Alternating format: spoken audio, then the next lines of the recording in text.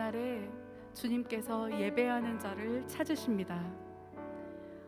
어디에서도 아니고 지금 이 시간 신령과 진정으로 영과 진리로 예배하는 자를 찾으십니다. 우리 그 마음 가지고 주님 앞에 찬양하며 나아가도록 하겠습니다.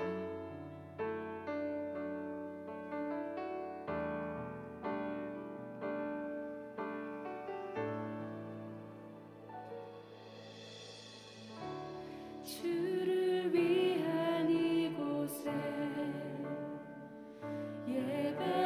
예배하는 자들 중에 그가 찾는 이 없어 주님께서 슬퍼하시네.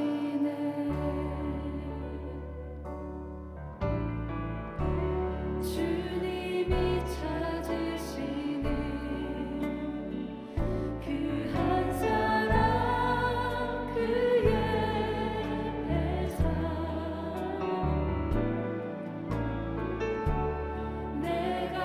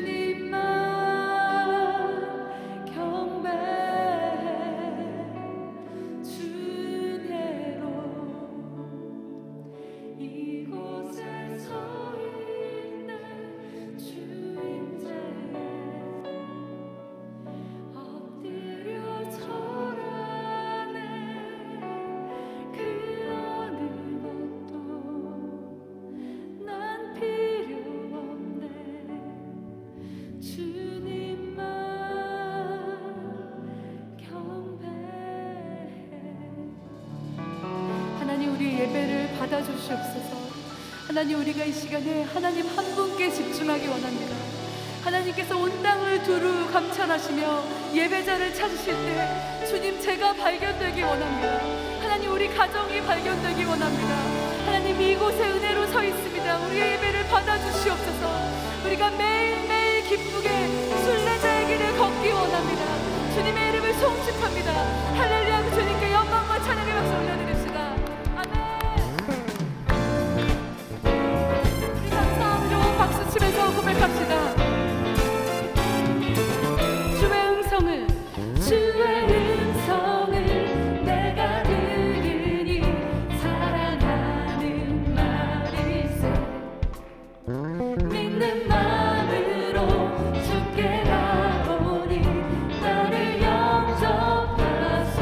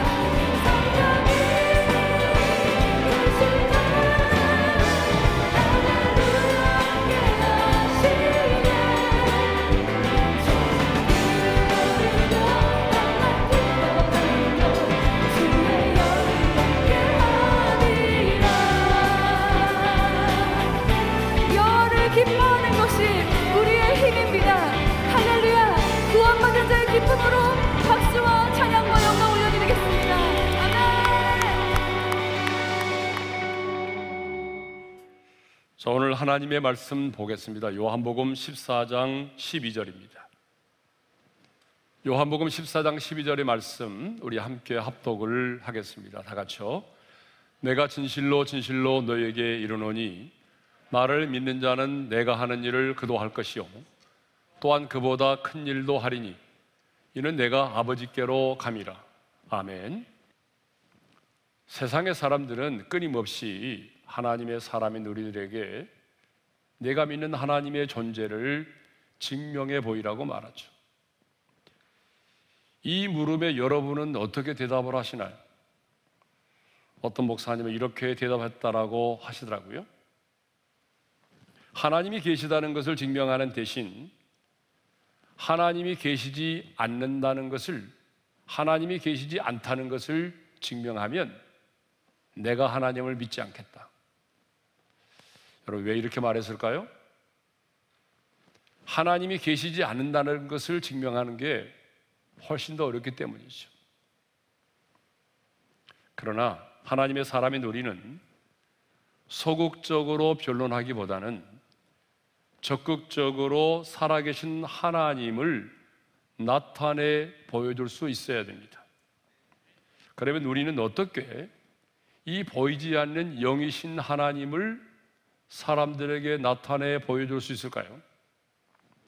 우리가 여러 시간 이 말씀을 함께 나누는데요, 첫째는 변화된 주님을 닮은 내 삶의 모습으로 세상의 사람들에게 내 안에 계신 주님을 나타내 보일 수 있습니다. 자, 우리가 예수를 믿고 영접하는 순간 우리는 주님이 내 안에, 내가 주님 안에 거하는 신비적인 연합이 이루어졌습니다. 이 신비적인 연합이 이루어진 자들만이 주님과 친밀한 사귐 가운데 살 수 있습니다. 사람도 그렇듯이 누군가와 오랫동안 사귀게 되고 많은 시간을 함께 보내게 되면 그 사람을 닮아가는 것처럼 우리가 오랜 시간 주님 앞에 무릎 꿇어 기도하고 주님과 친밀한 사귐을 갖게 되면 우리 자신도 모르게 주님을 닮아가게 되는 것입니다. 그러면 우리는 주님을 닮은 변화된 내 삶의 모습을 통해서 세상의 사람들에게 내 안에 계신 주님을 나타내 보일 수가 있습니다. 두 번째로는요, 하나님께서 행하신 일을 인하여 하나님을 보여줄 수가 있죠. 그래서 주님은 아버지를 보여달라고 하는 이 빌립의 요청에 내가 진실로 진실로 너에게 이르노니 나를 믿는 자는 내가 하는 일을 그도 할 것이요라고 말씀하셨습니다. 우리 예수님은 공생의 기간 동안에 정말 이루어야 될 수 없을 만큼 많은 일들을 하셨습니다. 그런데 마태복음 4장 23절을 보게 되면 예수님께서 행하셨던 일들을 세 가지로 말씀하고 있습니다. 우리 함께 읽겠습니다. 다 같이요. 예수께서 온 갈릴리에 도로 다니사 그들의 회당에서 가르치시며 천국 복음을 전파하시며 백성 중에 모든 병과 모든 약한 것을 고치시니. 예수님이 이 땅에 계시는 동안에 많은 사역을 했지만 대표적으로 주님은 하나님 아버지와 천국 복음을 가르치시고 전파하시는 일을 하셨습니다. 그리고 많은 병든 자들을 고치시고 많은 귀신 들린 자들을 자유하셨습니다. 치유와 회복의 사역을 하셨죠. 그런데 예수님은요, 나를 믿는 자는 내가 하는 일을 그도 할 뿐만 아니라 예수님 자신이 하신 일보다 더 큰 일도 하리라고 말씀하십니다. 자, 오늘 본문 다시 한번 읽어볼까요? 다 같이요. 나를 믿는 자는 내가 하는 일을 그도 할 것이요 또한 그보다 큰 일도 하리니. 여러분, 이 말이 무슨 말입니까? 어떻게 우리가 예수님보다 더 큰 일을 행할 수 있단 말입니까? 여러분, 예수님은 창조주 하나님이시잖아요. 우리는 피조물이고, 또 예수님은 이 땅에 계시는 동안에 썩어져 냄새나는 죽은 나사로를 살리셨잖아요. 보리떡 5개, 물고기 2마리로 5,000명을 먹이셨잖아요. 풍랑도 잔잔케 하셨잖아요. 군대에 귀신 들린 자도 자유케 하셨잖아요. 그런데 우리는 피조물이에요. 저와 여러분은 지금 이 많은 사람들이 고통을 당하고 있는 것처럼 눈에 보이지 않는 바이러스 하나를 이기지 못하여 넘어질 만큼 연약한 존재들입니다. 그것만이 아니죠. 우리 안에는 여전히 타락한 죄성이 남아있어요. 그래서 그 죄성 때문에 우리가 얼마나 힘들어합니까?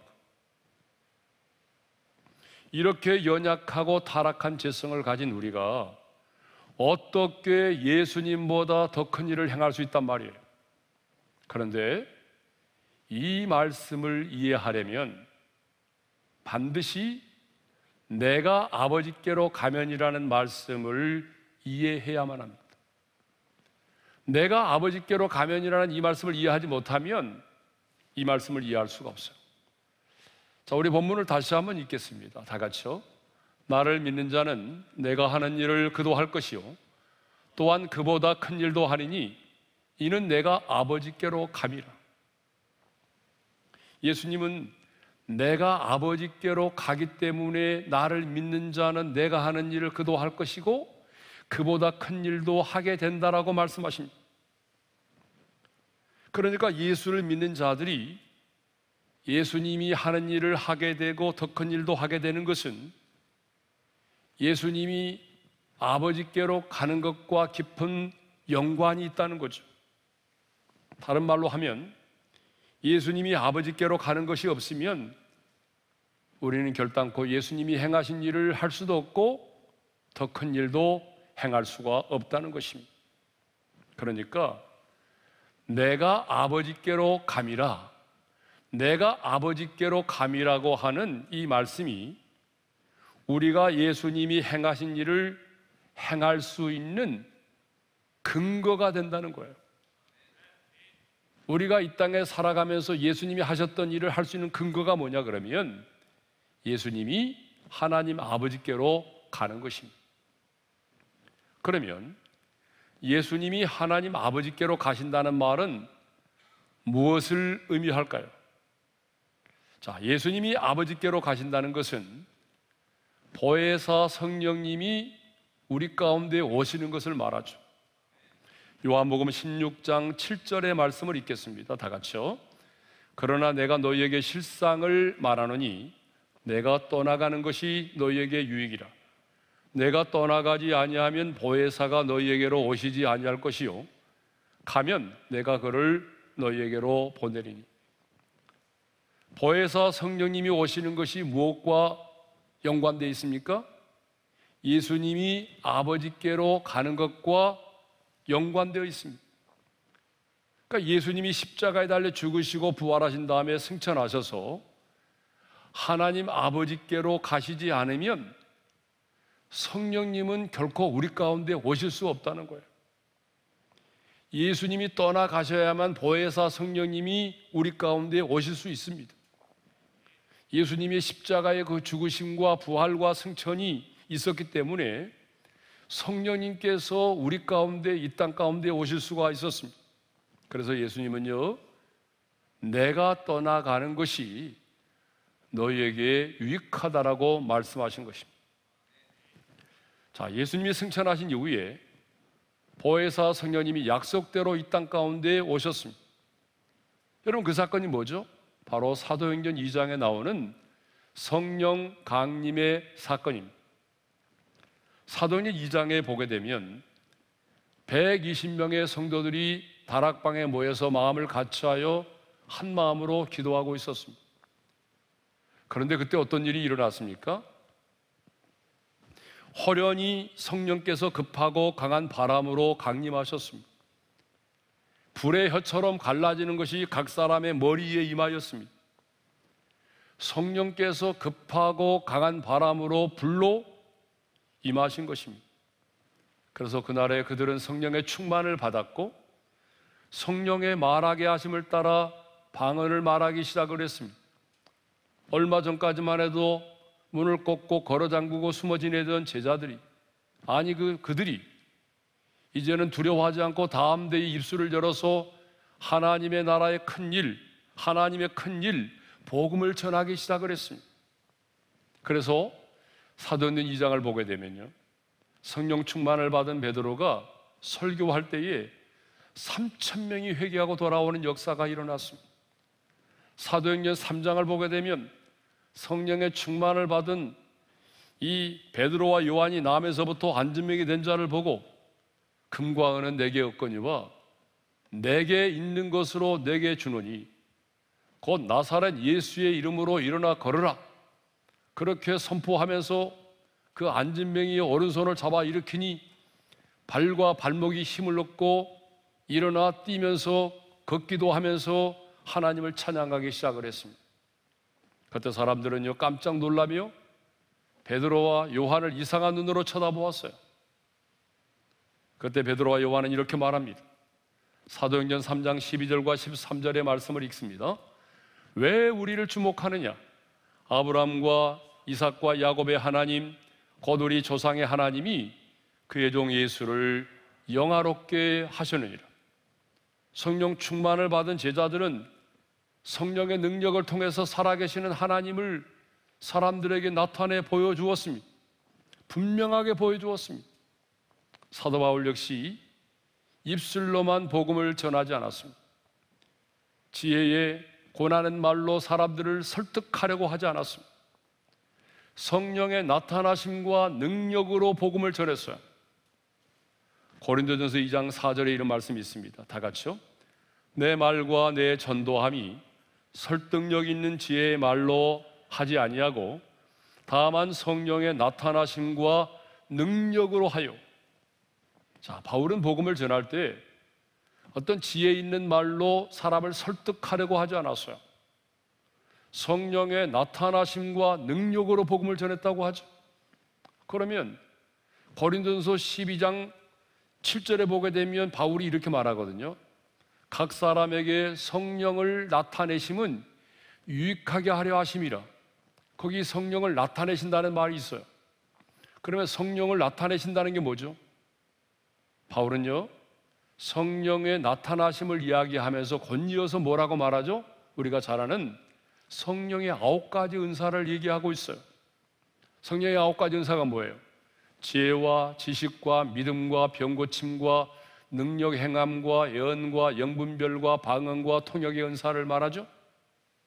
그러니까 바울은 성령께서 주시는 이런 다양한 은사들을 통해서 성령의 능력으로 복음을 전했다는 거예요.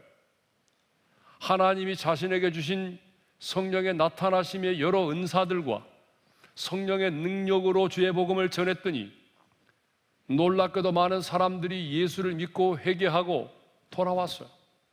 그리고 복음이 선포되는 현장에서 많은 사람들이 고침을 받았고 귀신들이 떠나갔어요. 여러분, 예수님도 이 땅에 인간의 몸을 입고 계시는 동안에 성령의 능력을 입어 사역을 했다라고 말씀하고 있어요.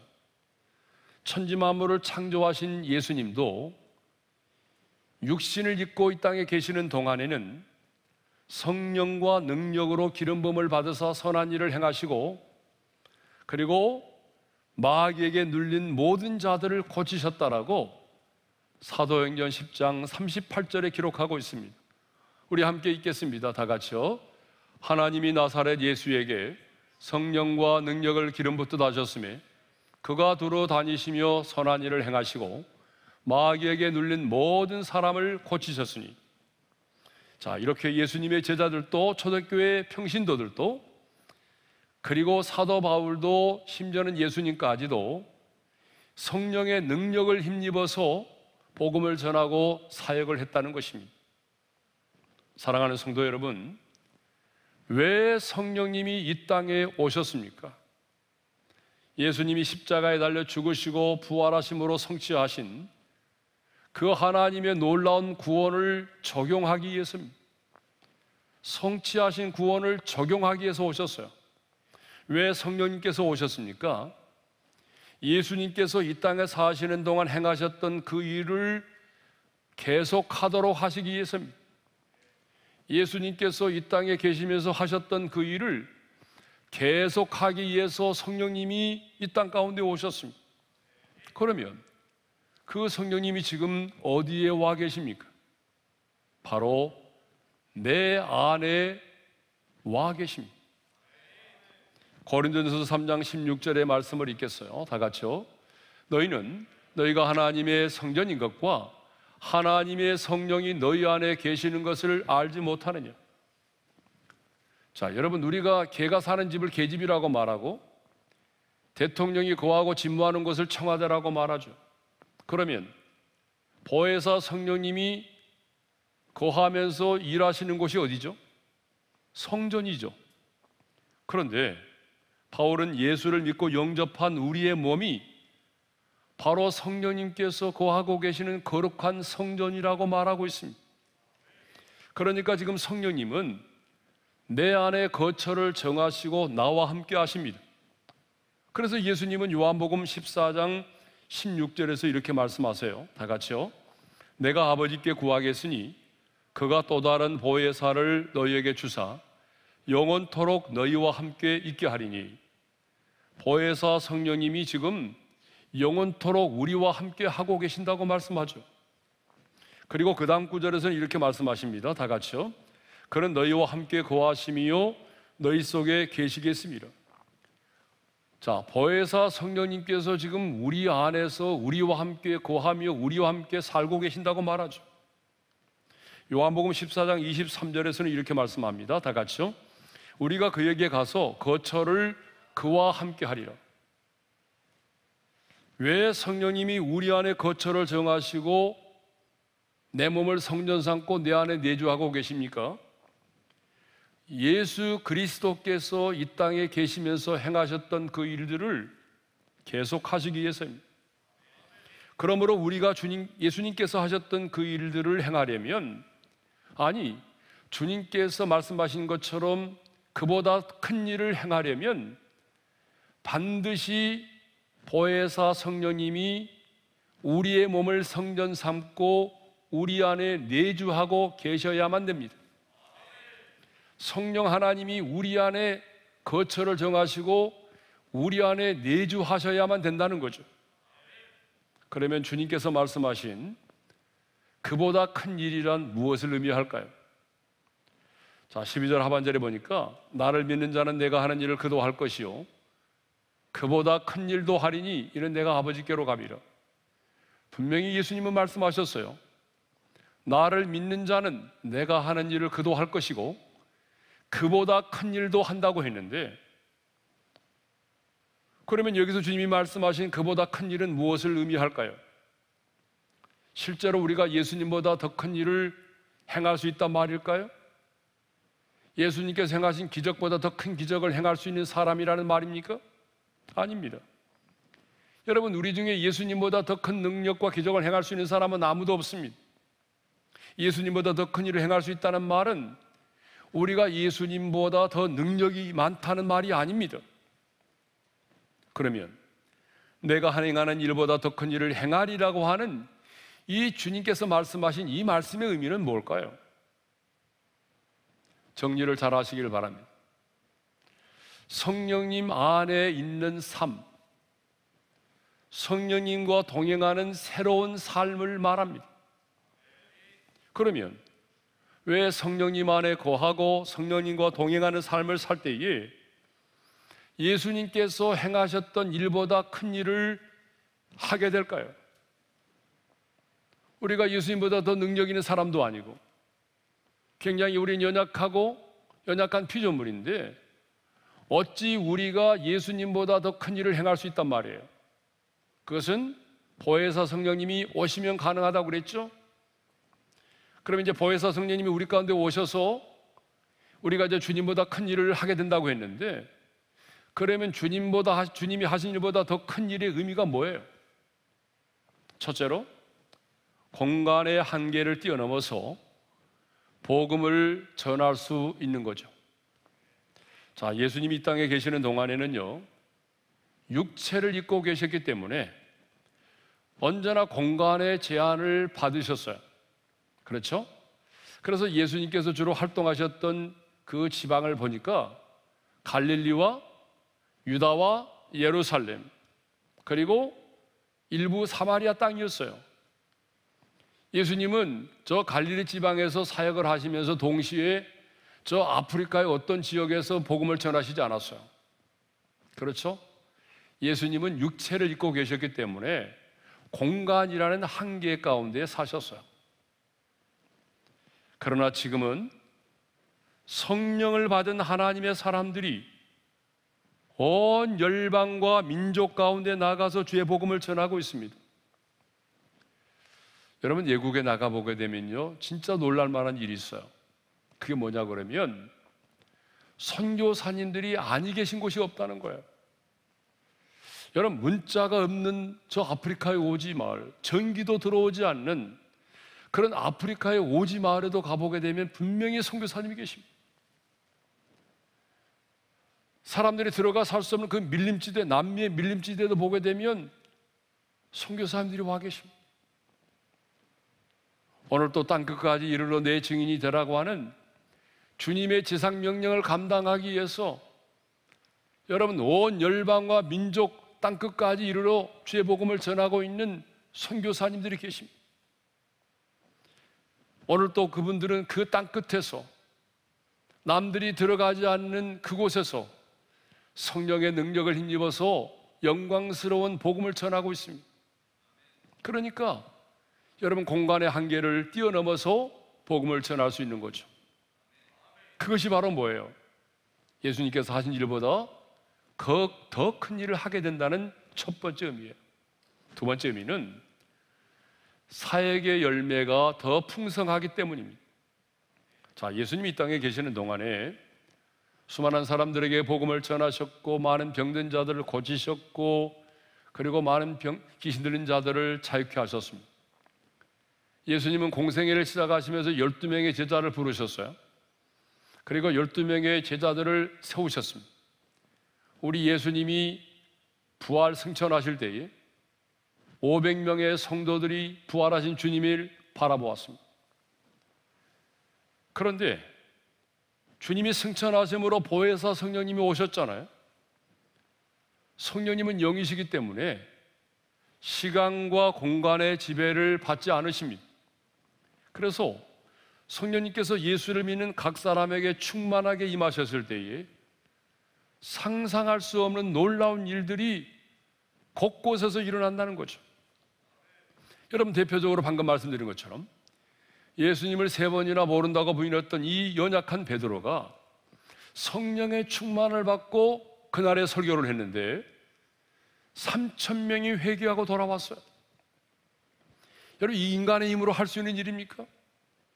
성령께서 하셨기 때문에 가능한 거죠. 그런데 우리는 특별한 사람들만이 그런 일을 할 수 있다고 생각합니다. 아닙니다, 여러분. 특별한 사람들만이 아니라 오늘 저와 여러분의 사역 가운데도 성령의 충만함을 받으면 상상할 수 없는 최고의 기적이 일어나고 있습니다. 여러분은 여러분의 인생 가운데 최고의 기적이 무엇이라고 생각하십니까? 저는 죄로 말미암아 죽었던 영혼이 예수를 믿음으로 죄 사함을 받고 하나님의 자녀가 되고 영생을 얻는 것이라고 생각합니다.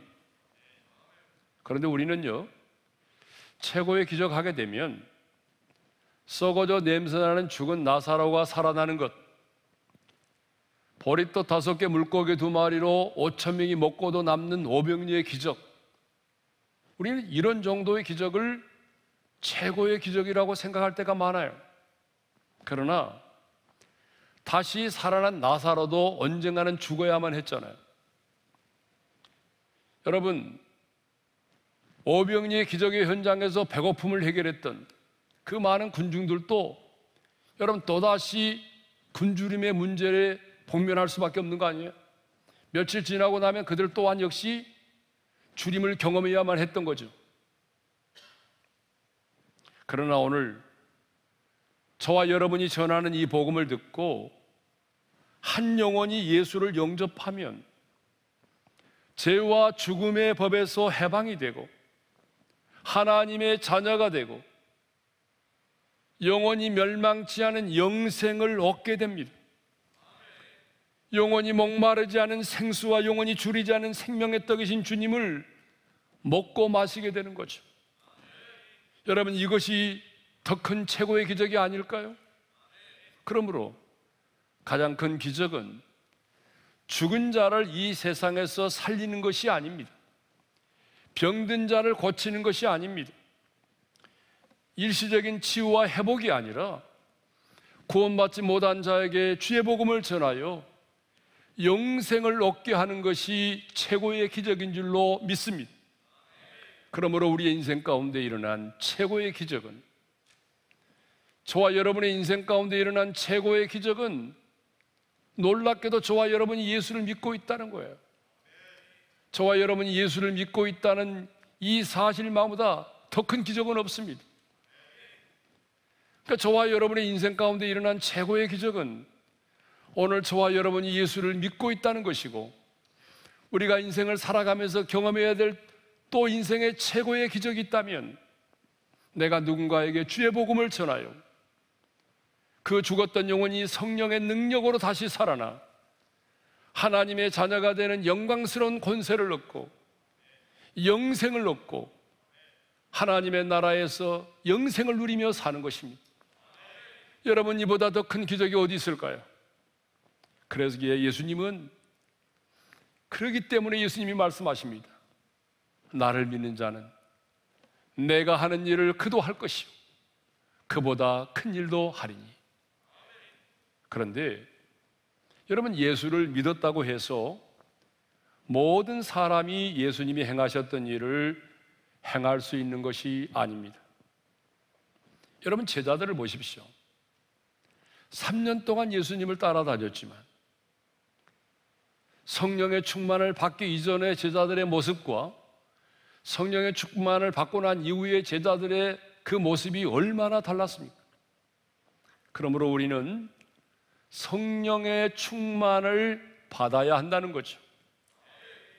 성령의 충만을 받을 때에 우리 안에 계신 성령님께서, 주님께서 행하셨던 그 일들을 행하시는 것입니다. 그러므로 우리는 내 힘과 내 능력이 아닌 성령의 능력으로 주님께서 행하셨던 그 일들을 행하며 살 수 있습니다. 그리고 성령께서 내 안에서 행하시는 그 일들을 통해서 이 땅 가운데 많은 사람들에게 하나님을 나타내 보여줄 수가 있는 것이죠. 그러므로 하나님께서 행하시는 일을 나타내 보이기를 원하는 성도는 성령의 충만을 받아야 된다는 거죠. 그래서 사도 바울도 에베소 5장 18절에서 뭐라고 말했습니까? 다 같이 읽겠습니다. 오직 성령으로 충만함을 받으라. 다시 한번 읽겠습니다. 시작. 오직 성령으로 충만함을 받으라. 여기 성령의 충만을 받으라는 말씀이 명령형으로 되어 있습니다. 그러니까 성령의 충만을 받으라는 것은 어미하신 하나님의 명령입니다. 받아도 되고 안 받아도 되는 선택의 문제가 아니에요. 그러니까 성령의 충만을 받지 않으면 그것이 죄가 된다는 사실을 알아야 돼요. 그런데 우리는요, 살인을 하고 도둑질을 하고 간음을 하면 죄라고 생각하지만 내가 성령의 충만을 받지 못함을 죄라고 생각하는 사람이 별로 없습니다. 아닙니다, 여러분. 여러분이 성령의 충만을 받지 않으면 그건 죄입니다. 또 많은 사람들은 성령의 충만을 말하면 자꾸 과거의 충만을 말할 때가 많아요. 아, 목사님, 저도 예전에는 성령에 충만했습니다. 과거의 충만을 가지고 오늘을 살아갈 수가 없어요, 여러분. 그러니까 여러분, 과거의 충만을 가지고 오늘을 살아가려고 하는 사람은 굉장히 어리석은 사람이죠. 초대교회 성도들도 보게 되면요, 한 번에 성령의 충만을 받고 끝나는 게 아니잖아요. 계속해서 성령의 충만을 받았어요. 그러므로 우리도 과거의 충만을 가지고 오늘을 살려고 하면 안 되고, 오늘 이 시대를 살아가는 오늘 우리에게도 오늘의 충만이 필요합니다.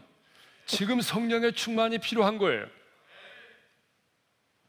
왜 우리가 성령의 충만을 받아야 됩니까? 그것은 다시 말씀드리거니와 내가 성령의 충만을 받으면 성령님께서 예수님께서 이 땅 가운데 행하셨던 일들을 내 안에서 행하시기 때문이죠. 성령님이 역사하실 때 놀라운 치유와 회복의 역사가 일어나기 때문이죠. 성령님은요, 살리는 영입니다. 성령님은 치유의 영이시고 성령님은 회복의 영이십니다. 그렇기 때문에 성령님이 역사하는 현장에는요, 언제나 변함없이 살아나는 역사가 있고 치유와 회복의 역사가 일어난다는 거죠. 여러분, 예수겔 47장을 보게 되면 성전 동편 문지방으로부터 물이 스며 나오기 시작하죠. 점점점 물이 불어나서 나중에는 헤엄쳐서 건너지 못할 강이 되었는데, 놀라운 것은 이 물이 흘러가는 각처의 모든 것이 살아났다는 거예요. 바로 이 물은 생명의 물인데, 이 생명의 물은 곧 성령님을 가리키는 거예요. 이 물이 성전 동편 문지방에서부터 흘러나와 제단을 거쳐서 남쪽 유다 광야로 흘러갔습니다. 풀 한 폭이 나지 않은 메마른 유다 광야에 이 물이 흘러가자, 여러분, 그 두 개는 꽃이 피고 나무들이 자라고 열매가 맺어졌어요. 이 물이 죽음의 바다인 사해 바다로 들어갔을 때는요, 죽음의 바다가 살아났어요. 저는 사해 바다 가봤거든요. 근데 여러분, 사해 바다는 생명이 존재하지 않아요. 물이 얼마나 짜든지 사람이 죽지도 않고 물이 사람이 둥둥 떠다녀요. 그런데 그 죽음의 바다인 사해 바다도 생명의 물이 들어가니까 살아났어요. 떠났던 어부들이 돌아왔어요. 무슨 얘기입니까? 우리가 말할 때 저 사람은 안 돼, 나 저 사람이 예수 믿으면 내 손에 장을 찢을 거야, 저 사람은 너무 강팍해서 안 돼. 여러분, 이런 사람도요, 생명의 물 성령님이 역사하기 시작하면 여러분, 그 아무리 강팍한 사람도 예수 믿고 돌아올 수밖에 없다는 거예요. 성령님은 생명영이고 치유와 회복의 영입니다. 또 천지 만물을 창조하실 때도 보게 되면요, 땅은 혼돈하고 공허하고 그리고 흑암이 깊음 위에 있었다고 그랬죠. 그런데 그곳에 하나님의 신 성령님이 수면에 운행하고 계셨다라고 성경은 기록하고 있어요. 그런데 하나님이 말씀하십니다. 빛이 있으라. 하나님의 말씀이 선포되기 시작했어요. 하나님의 말씀이 선포되고 성령님이 운행하시기 시작했을 때 어떤 일이 벌어졌어요? 혼돈과 공허가 사라졌어요. 무질서가 사라졌어요. 어둠이 사라졌어요. 여러분, 오늘도 동일합니다. 성령님이 역사하시면 오늘 우리 안에 혼돈과 공허가 사라집니다. 여러분의 심령이 공허하세요? 여러분, 성령님이 기름 부으시고 역사하시면 여러분 안에 있는 그 혼돈과 공허가 사라지는 거예요. 무질서가 사라지는 것이고 어둠이 사라지는 것입니다. 성령님은 지금도 우리 가운데 이렇게 놀라운 역사를 일으키고 계십니다. 정말 여러분 안에 성령님이 계십니까? 아멘을 안 하시잖아요. 다시 한번 묻겠습니다. 정말 여러분 안에 성령님이 계십니까? 그렇다면 그 성령님을 늘 인정하고 환영하십시오. 성령님은요, 파워가 아니잖아요. 에너지가 아니에요. 성령님은 인격을 가지신 삼위 하나님이십니다. 그러므로 우리는 그분을 인격적으로 모셔야 돼요. 성령님 사랑합니다. 성령님 인정합니다. 성령님 환영합니다. 성령님 내 안에서 역사해 주십시오. 성령의 능력을 힘입으시기를 바랍니다. 성령의 충만을 받으시기를 바랍니다. 그러면 성령께서 우리 안에서 주께서 이 땅 가운데 행하셨던 그 놀라운 일들을 행하실 것입니다. 아니, 그보다 더 큰 일도 하게 될 것입니다. 여러분이 하는 것이 아닙니다. 여러분 안에 계신 성령께서 여러분을 도구로 사용하셔서 그 일을 행하시는 것입니다. 성령 하나님께서, 우리 안에 계신 성령 하나님께서 주께서 행하신 그 놀라운 일을 행하실 때 우리는 이 땅 가운데 사람들에게, 이 땅에는 많은 사람들에게 내가 믿는 하나님이 얼마나 선하신 분이시고 내가 믿는 하나님이 얼마나 위대하신 분이신가를, 내가 믿는 하나님이 얼마나 사랑이 크신 하나님이신가를 사람들에게 나타내 보일 수가 있는 것입니다. 성령의 충만을 받음으로, 성령께서 우리를 도구로 사용하셔서 주께서 행하신 일들을 행하심으로 이번 한 주간 동안 더 많은 사람들에게 내가 믿는 하나님을 나타내 보여줄 수 있는 하나님의 사람들이 될 수 있기를 주님의 이름으로 축원합니다. 주신 말씀을 우리 마음에 새기면서 찬양을 하겠습니다. 성령이여 내 영혼을 충만케 하소서. 사모하는 마음으로 함께 찬양하며 나아가겠습니다. 성령이여 내 영혼을 충만케 하소서. 내 속에 강물이 넘쳐나게. 성령이여 내 영혼을 충만케 하소서. 내 속에 강물이 넘쳐나게.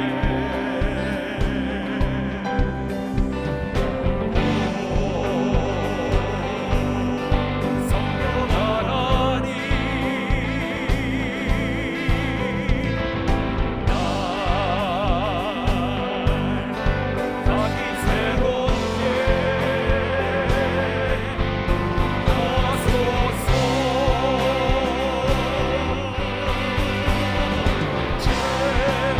채우소서. 내 영혼이 세상 유혹 다 이기고 다시 주를 알만하도록 채우소서.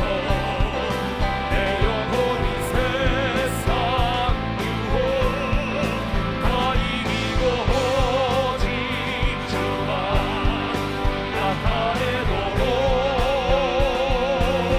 채우소서. 채우소서.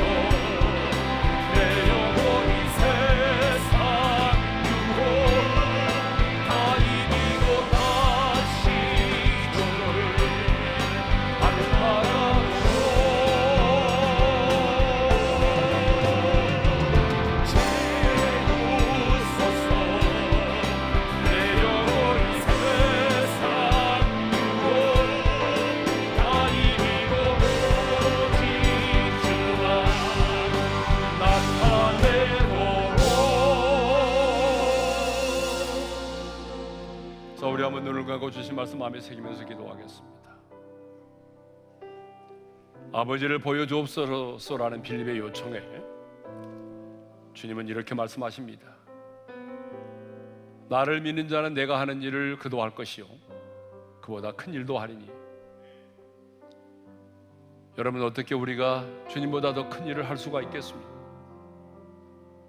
우리는 연약한 피조물이고 여전히 죄성 가운데 있는 사람들입니다.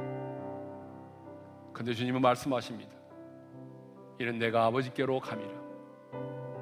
내가 아버지께로 가면 보혜사 성령이 오실 것이고 보혜사 성령이 너희 안에 거하고 거처를 정하시고, 그리고 너희가 성령의 충만을 받으면, 성령의 지배를 받으면 그 성령께서 우리 가운데 주님께서 행하셨던 큰 일들을 행하게 되실 거라는 거죠.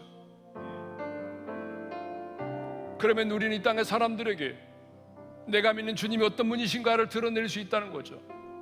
사랑하는 성도 여러분, 관건은 뭡니까? 성령의 충만을 받는 거예요. 내가 성령의 충만을 받아야 되는 겁니다. 어제의 충만을 가지고 오늘을 살아가는 게 아닙니다. 성령의 충만을 받는 것은 성령님의 지배를 받는 거예요. 성령님 온전히 내 생각과 감정과 의지를 주관하시고 다스려 주옵소서. 하나님의 영으로 나를 충만케 하여 주셔서 이제 성령님 내 안에서 나를 도구로 사용하셔서 주께서 이 땅 가운데 행하셨던 그 일들을 행하여 주옵소서. 그래서 하나님을 보여달라는 이 땅의 사람들에게 내가 믿는 하나님이 얼마나 사랑의 하나님이신지를, 얼마나 선하신 분이신지를, 얼마나 위대하고 전능하신 분이신가를 드러내게 하여 주옵소서. 주신 말씀 붙들고 우리 주여 한번 부르고 기도할까요? 주여! 할렐루야. 우리 아버지 하나님 감사합니다.